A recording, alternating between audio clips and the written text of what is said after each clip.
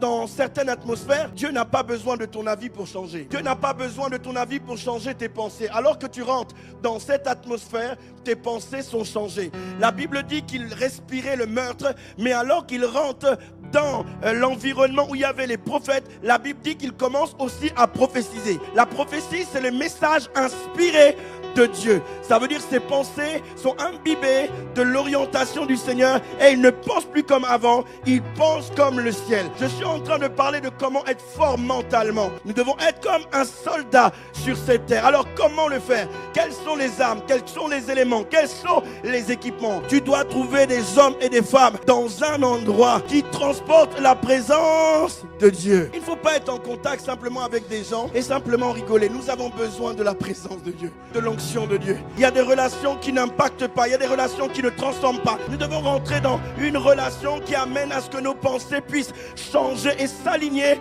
aux réalités du ciel. Et je prie que ça soit le cas pour quelqu'un. Alors que tu es venu ce matin dans cet endroit, que tu rencontres les troupes de prophètes. Alléluia. Que le message inspiré commence à remplir tes lèvres, que tes pensées commencent à changer, que les ténèbres qui agissaient soient dissipées, que la lumière puisse t'éclairer, que le changement et la mentalité d'échec soient changés au-dedans de toi, que la lumière jaillisse en toi, que tu vois l'avenir d'une manière différente à cause de l'Esprit de Dieu qui est répandu dans cet endroit. Tes pensées sont illuminées, ton langage est illuminé, ton comportement est illuminé à cause de la présence surnaturelle de Dieu qui vient te rendre fort. Non, tu n'es pas faible, tu es dans la maison où l'onction prophétique coule.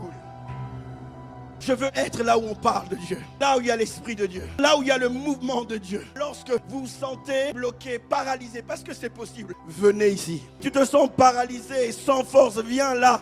Parce que je vous ai dit, il y a certaines atmosphères qui ne demandent pas votre consentement pour introduire les réalités en fait de Dieu en vous. Des fois, nous pouvons être limités. Des fois, nous pouvons manquer de ressources, manquer de force. Alors, il veut prendre, bien aimé, la dynamique. Il dit, tu es trop fatigué. Il dit, il te manque la capacité. Alors, je vais prendre la suite. Oh, je lève ma main droite. Que Dieu vous porte.